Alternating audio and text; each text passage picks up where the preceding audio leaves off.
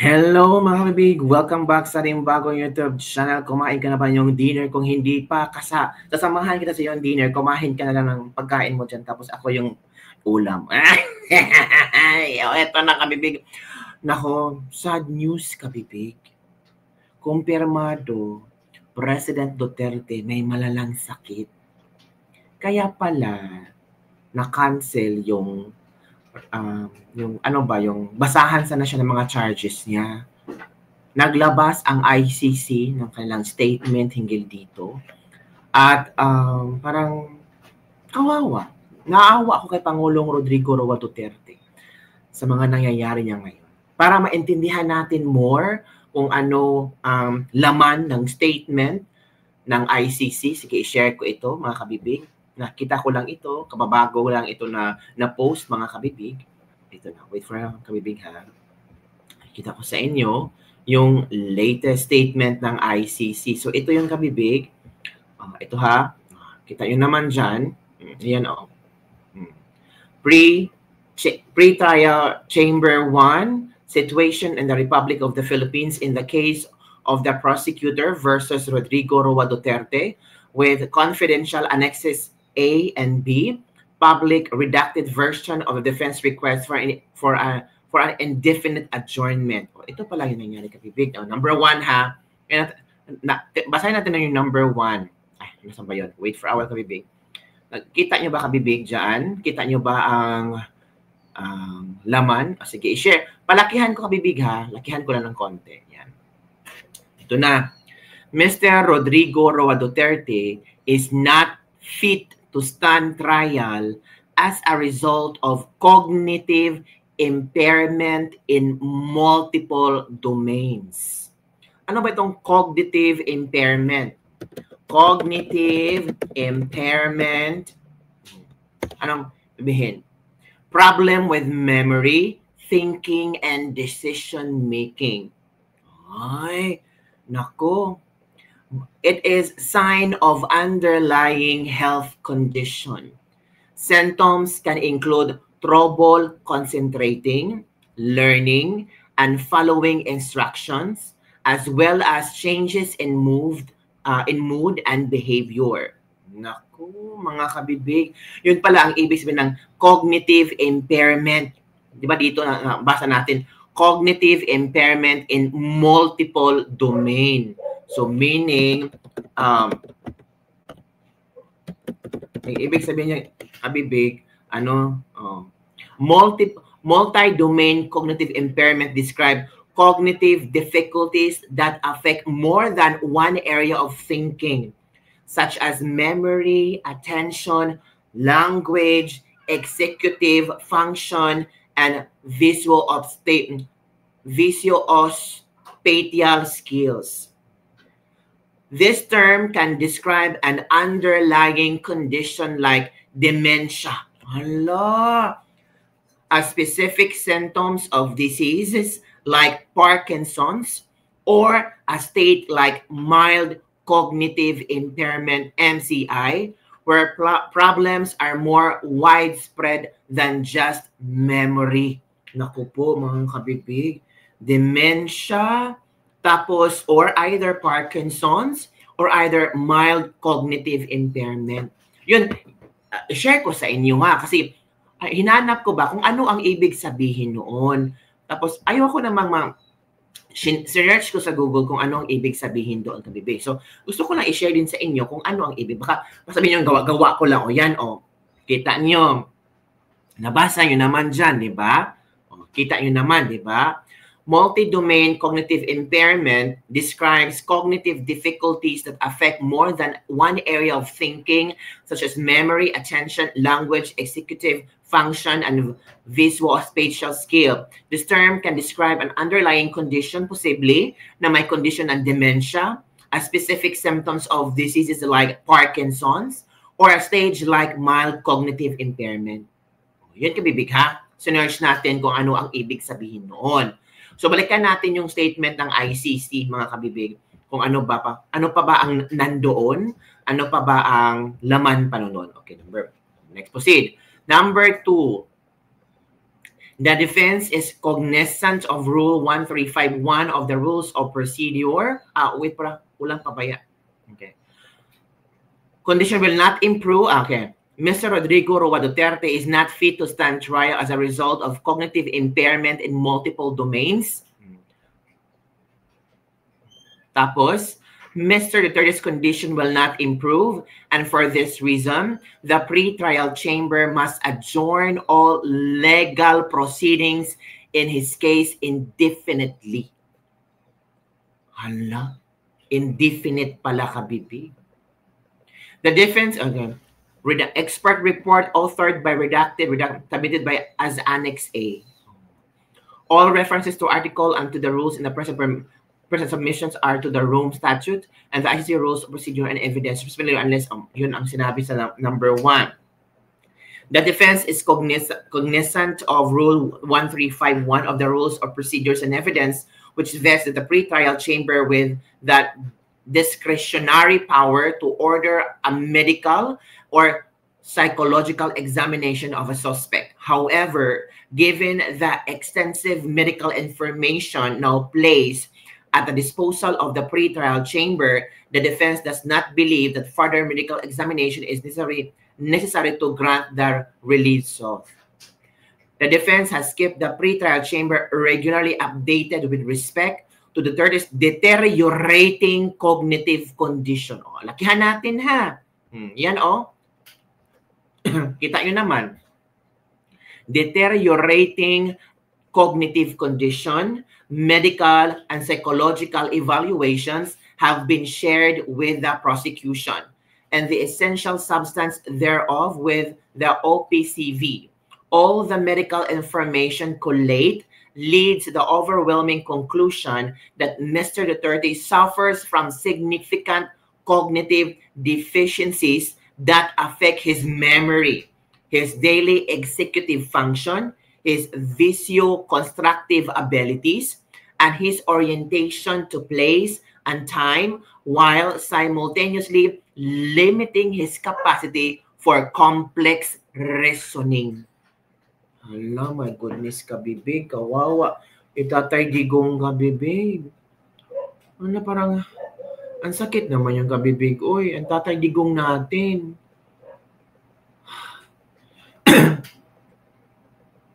Parang, ang hirap lumunok ng pagkain ngayon. Pag nag-share tayo ng dinner ngayon, no, malaman mo na ito na pala ang sitwasyon ni Tatay Digong.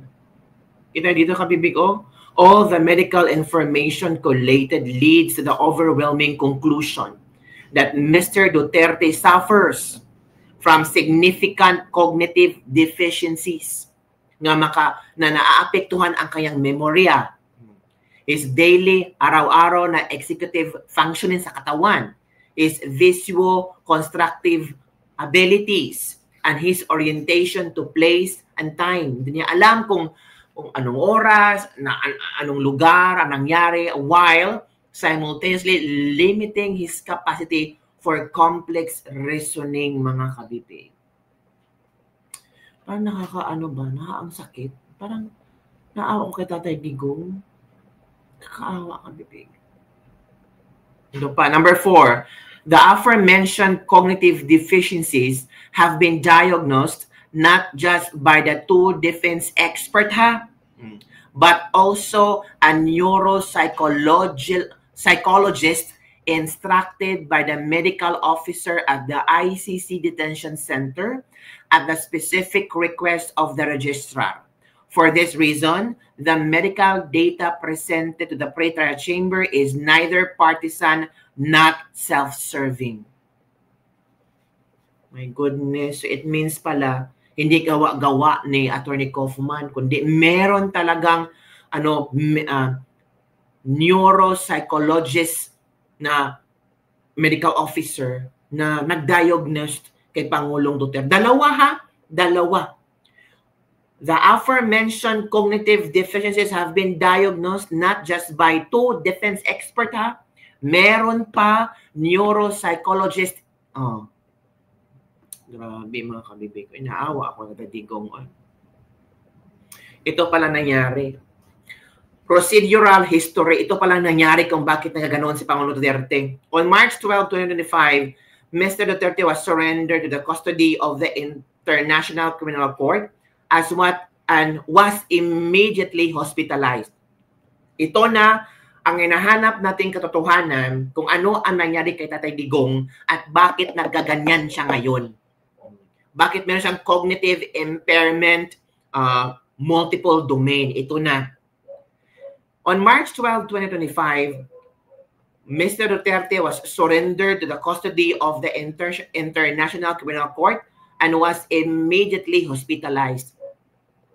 In the afternoon of March 14, 2025, while still confined to the hospital wing of the Haglanjan Penitentiary, Mr. Duterte made his first appearance before the pre-trial chamber by way of video conference. My goodness. Yun palang pinakita na video conference, mga kabibig, na confined pala si Pangulong Duterte that time. So, hindi pala maganda ang nararamdaman ni Pangulong Duterte. Kaya pala nung nakita natin sa video na parang mahirap siyang magsalita. It's because naka-confine pala si Pangulong Duterte that time, mga kabibig. Pero kinaya niya para humarap ng first appearance.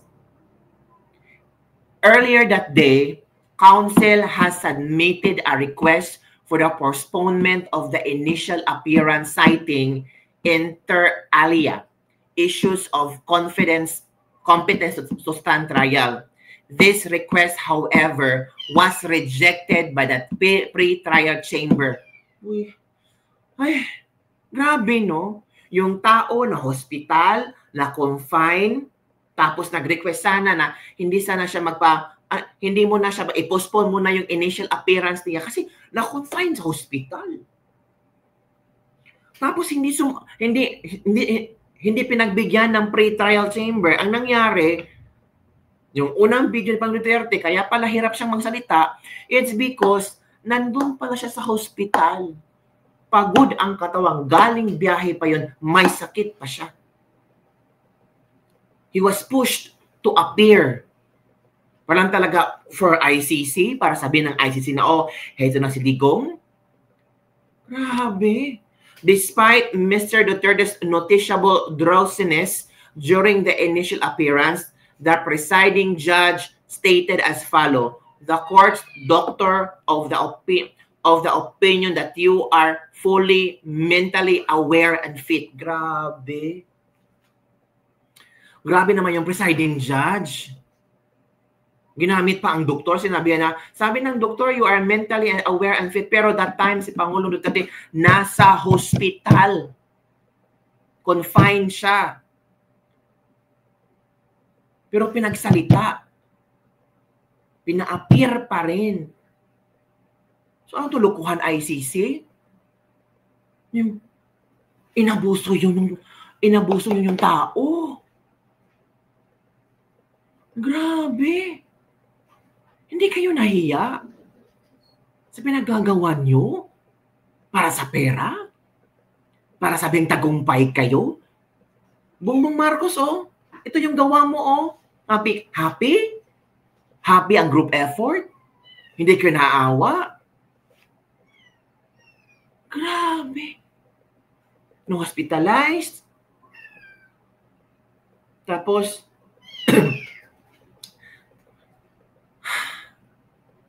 sinabi na, oh, kailangan ka mag-appear, ha? First appearance mo ito ngayon sa pre-trial chamber. Sabi sila, ma'am, pwede ba i-postpone, ma'am? Kasi, ma'am, siya nagkasakit, hindi kaya ng katawan niya. Pero ang sabi ng presiding judge, oh, sabi ng doktor, you're mentally aware and fit. Oh, grabe naman yung doktor na yun. For the sake of sabihin na, oh, nahuli namin si Duterte, nandito si Duterte sa ICC, ang galing-galing namin. Tingnan nyo, oh. Ito pala ang totoong nangyari. Ito pala yung hindi natin alam. Ito pala ang dapat nating malaman at tama ang ginagawa natin that we keep on fighting. We keep on voicing that bring Tatay Digong home. Ito palang pinagdadaanan niya. Kami nakakaiyak ka, bibig. Sa procedural history pa lang, sa kung ano at bakit nagkaganyan si Tatay Digong, bakit may malalang kondisyon si Tatay Digong, it's because sa kanyang pinagdadaanan. Nung nandun na siya sa ICC, first day pa lang, pinahirapan na si Tatay Digong. Naka-confine sa hospital. Tapos, pinwersa na kailangan kang mag-appear. Video, ha? Ano dito? Oh. Video conference, kailangan kang mag-appear, Duterte. Wala kang choice. Kasi sabi ng doktor, the court's doctor said of the opinion that you are fully mentally aware and fit. Sabi ng presiding judge. Grabe. Grabe ka, bibig. Parang nakakaawa. Ito pa. On 16 May 2025, a CT scan was performed, the result of which were not disclosed to the defense until the receipt of the medical report detailed in paragraph 9 below. His CT scan revealed that,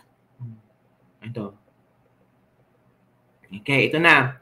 The CT also, redacted siya. Ito na. Ano ba yung meaning ng redacted?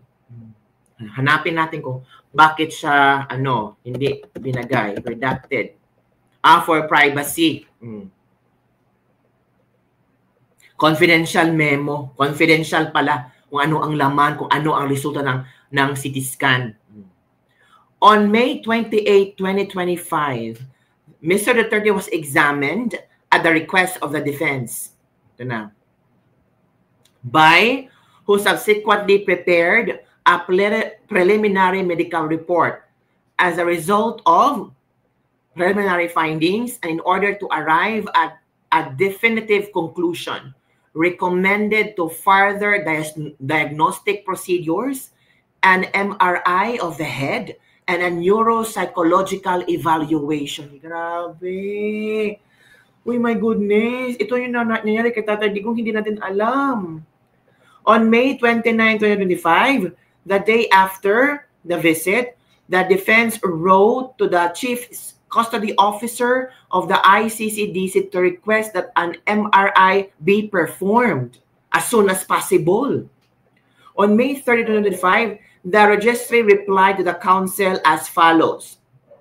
For this reason, the MRI was not performed despite continual supplication and begging until July 21, 2025. My goodness.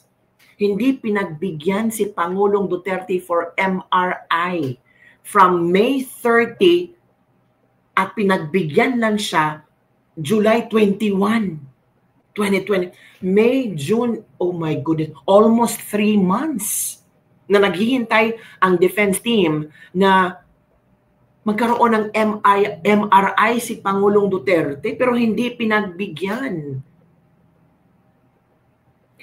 For this reason, on May 30, the MRI was not performed despite continual supplication and begging. Nagmamakaawa na please, i-MRI na si Pangulong Duterte. I-MRI na ang kliyente ko.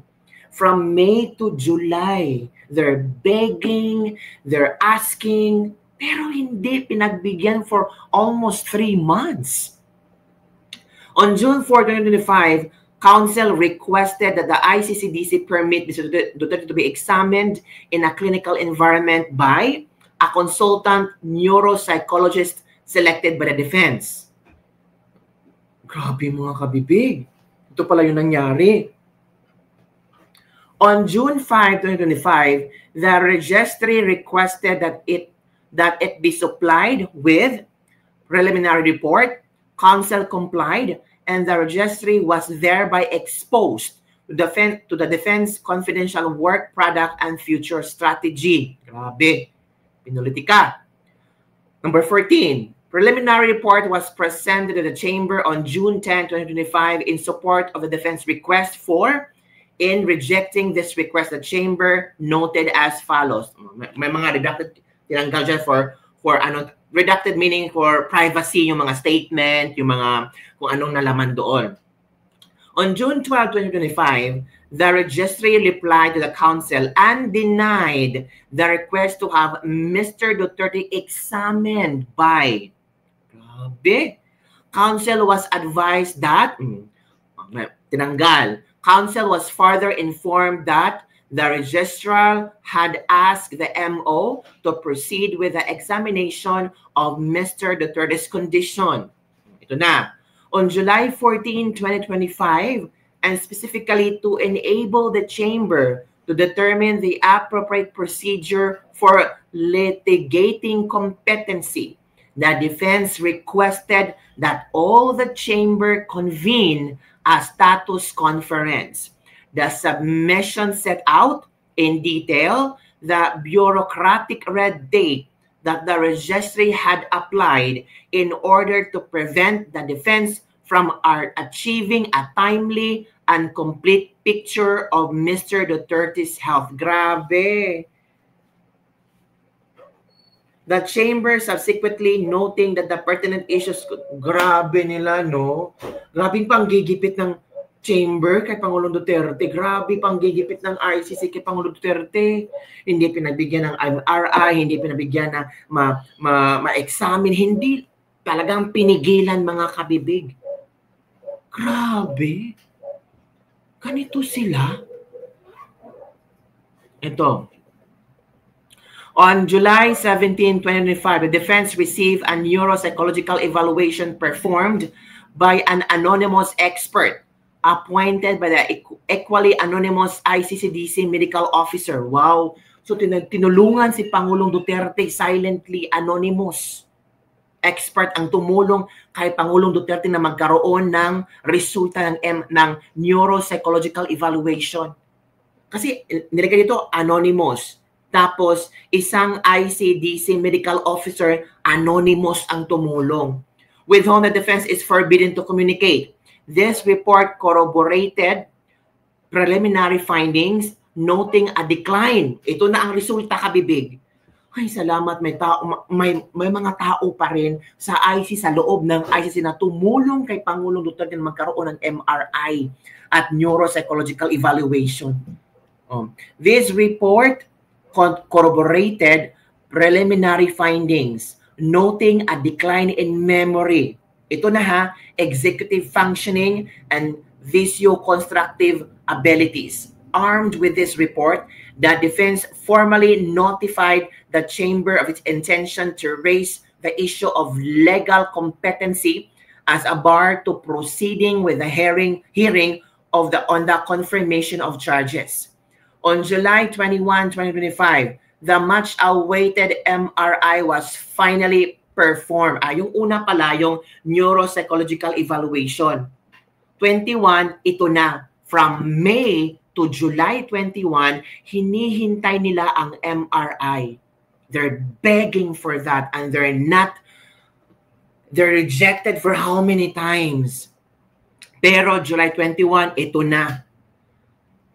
The much-awaited MRI was finally performed. Ito, a bit 2 months after it has been requested. This diagnostic imaging confirm, merong redacted ko. Yung redacted meaning private mga messages yan, mga information hindi pwedeng ibigay sa atin. On August 8, 2025, the defense neuropsychologist was finally admitted to the ICCDC and permitted to examine Mr. Duterte. O late na kayo. Ginawa na ng anonymous na neuropsychological evaluation. May taong tumulong talaga. Kung wala pa itong taong na ito, kabibig, no, tumulong yung anonymous, hindi gagawa ng action ng chamber. Kasi dito nilagay, yung number 17, may an neuropsychological evaluation performed by anonymous expert appointed by equally anonymous ICCDC medical officer. So, merong tumulong na anonymous medical officer na kumuha ng neuropsychologist na tutulong kay Duterte. So, after nabigay yung findings, noon, baka nataranta na ang chamber, July 21, ito na, nag-MRI na ang mga pasniya. Nalagot. Tapos, after that, nagpadala na ang chamber ng neuropsychologist. The defense neuropsychologist, pinapasok na, suddenly admitted to the ICCDC and permitted to Mr. Duterte. On August 13, 2025, tinanggal ang private message, presented the defense with yung resulta, the evaluation in which reported as follow. Redacted, tinanggal. Kung hindi natin alam kung ano talaga. On the same day, 13 August 2025, finalized report and provided conclusion on Mr. Duterte's fitness to stand trial. In so doing, adopted the findings of both and the... Ang dami pa lang ito kabibig. ICCDC neuropsychologist while also considering the result of the CT scan and the MRI. The final conclusion are outlined below. Ito pala, lahat ay private kasi, so hindi pwedeng ilagay dyan. Number 1, tinanggal yung privacy or info. Number 2, the degree of cognitive decline renders him unfit to stand trial. Number 5, judicial accommodation, hearing support, break, simplified language summaries are unlikely to restore functional capacity sufficient for full trial participation. So wala talagang magagawa. In summary, based on my evaluation, it is my professional conclusion that Mr. Duterte is currently unable to meaningfully participate in the legal proceedings against him. Specifically, he lacks the capacity to remember, assimilate, and apply information to be able to give his lawyers effective instructions. He will not be able to fluently recall information from the period relevant to the case, such as to be able to testify. To conclude, Mr. Duterte will not be able to meaningfully engage with the legal processes and is unfit to stand trial. Yun palang nangyari ka, Bibi. Under Article 64.2 of the Rome Statute, the Chamber is tasked with ensuring a fair trial. This duty necessitates guaranteeing that a suspect or an accused is able meaningfully to exercise inter alia the procedural rights set out in Article 67. ICC precedent provides a non-exhaustive list of faculties required for the meaningful exercise of those procedural rights. Yun makabipig. Grabe, no?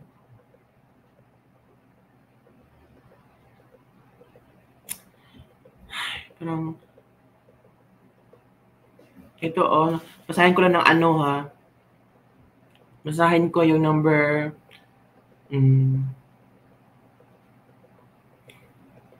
Nighan natin. Ito, the registry has continually insisted on rigid compliance with its regulation, which clearly disadvantage a suspect such as Mr. Duterte, who is incapable of asserting his basic right to assess his own medical information. Counsel, who is charged with representing Mr. Duterte's best interests, received within a few days of meeting him and a fully informed and signed consent to assess his client's medical information. Ito pa, hanapin natin yung ano ba? Ito pa. Lagyan natin, ha? The registrar's introduction of a neuropsychologist selected by the ICCDC medical officer while temporarily refusing access to was calculated decision taken neither innocently nor out of genuine therapeutic concern for Mr. Duterte. Grabe. In fact, since examining Mr. Duterte and diagnosing his condition, the anonymous physician has not been engaged by the ICCDC medical officer to perform any follow-up treatment. The registrar's decision was taken, so it is submitted with a view to obtaining an opinion contrary to the proffered by the defense, thereby diminishing the force of conclusions. Notwithstanding the objectively empirical findings of that anonymous neuropsychologist only serve to corroborate the defense argument as to lack of competence. Grabe. Mr. Duterte's state of health thus directly impacts on the exercise of the procedural rights and enshrined in Article 67.1, which are essential for him to benefit from the fair trial. With his impaired memory and concomitant inability to retain new information or to recall events, places, timing, or even members of his close family and defense team, Mr. Duterte is unable to fully understand the nature and implications of the proceedings conducted against him. His deficient memory also entails an inability to follow the litigation and to make informed decisions. Consequently, and crucially, Mr. Duterte is unable to contribute to his own defense, rendering his participation in the proceedings totally ineffective.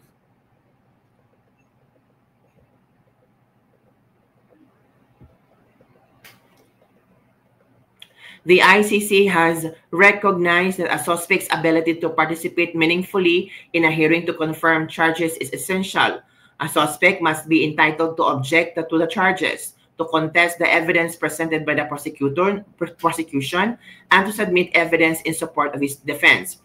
Mr. Duterte lacks the capacity to apply and cognitive skills essential for the proper conduct of his defense. In fact, he's not even able to process the reasons to his detention. Ooh! Hindi niya alam kung bakit na-detain siya. Accordingly, the defense submits that Mr. Duterte conditions fails to meet the minimum standard for fitness to stand trial, namely an understanding of the essentials of the proceedings. Mga kabibig, kaawawa sa Tatay Digong. Conclusion. Yan natin conclusion, ha? In light of the aforementioned, the pursuant to Rule 135 of the Rules of Procedure and Evidence, the defense respectfully requests the Chamber to order and to all legal proceedings, including the hearing of the confirmation of charges, be adjourned indefinitely. In the alternative, and only if the prosecution provides cogent reasons for not accepting the findings of the defense, renew its request to convene a status conference for the purpose of litigating whether the Chamber should, if at all, exercise its discretion pursuant to Rule 113, 135, and 135.1 and 135.3 of the Rules of Procedure and Evidence. Nicholas Kaufman. Ito palang nangyari kay Pangulong Duterte, mga kabibig. Hala, grabe, nakakaawa yung pinagdaanan ng Pangulong Duterte. Shock ako. Yun pala ang pinagdaanan niya, tapos hindi natin alam. Ito yun, kapipig. Parang shocking revelation. Ano ang inyong komento hinggil dito? Keep praying. Hindi ito binalita ng pamilya Duterte. Sometimes siya makakalimutan ng Pangulong Duterte kung bakit siya nandun sa ICC. Anong nangyari? Tapos sometimes makakalimutan niya ma-recognize yung kapamilya niya. Tapos mahirap siya magsalita. Yung lugar, yung oras, hindi na niya naalala. Tapos kung tatanungin, hindi niya alam kung anong isasagot, kung ano ba yung lahat parang yun lang, kabibig, parang nakakaawa lang. Don't forget to like, subscribe, and share this. I-share nyo, kabibig. I-share nyo, kabibig, para isampal natin to sa mga taong nababash Pangulong Duterte. I-share nyo to, kabibig, para maraming makakaalam na ito pala ang pinagdaanan ng Pangulong Duterte at hindi natin alam. Hanggang ngayon, buti na lang sa Atty. Kaufman, pinaalam niya. Almost 3 months, nag-request sila ng certain tests, MRI, hindi pinagbigyan. When an anonymous neuropsychologist sa tulong ng anonymous ICC-DC medical officer, tinulungan si Pangulong Duterte. After that result, nag-action na ang chamber. Grabe. Nakakaawa si Pangulong Duterte. Nang kabibig, don't forget to like, subscribe, and share this video. Nakakaawa lang. Let's keep on praying, mga kabibig. Mas Pangulo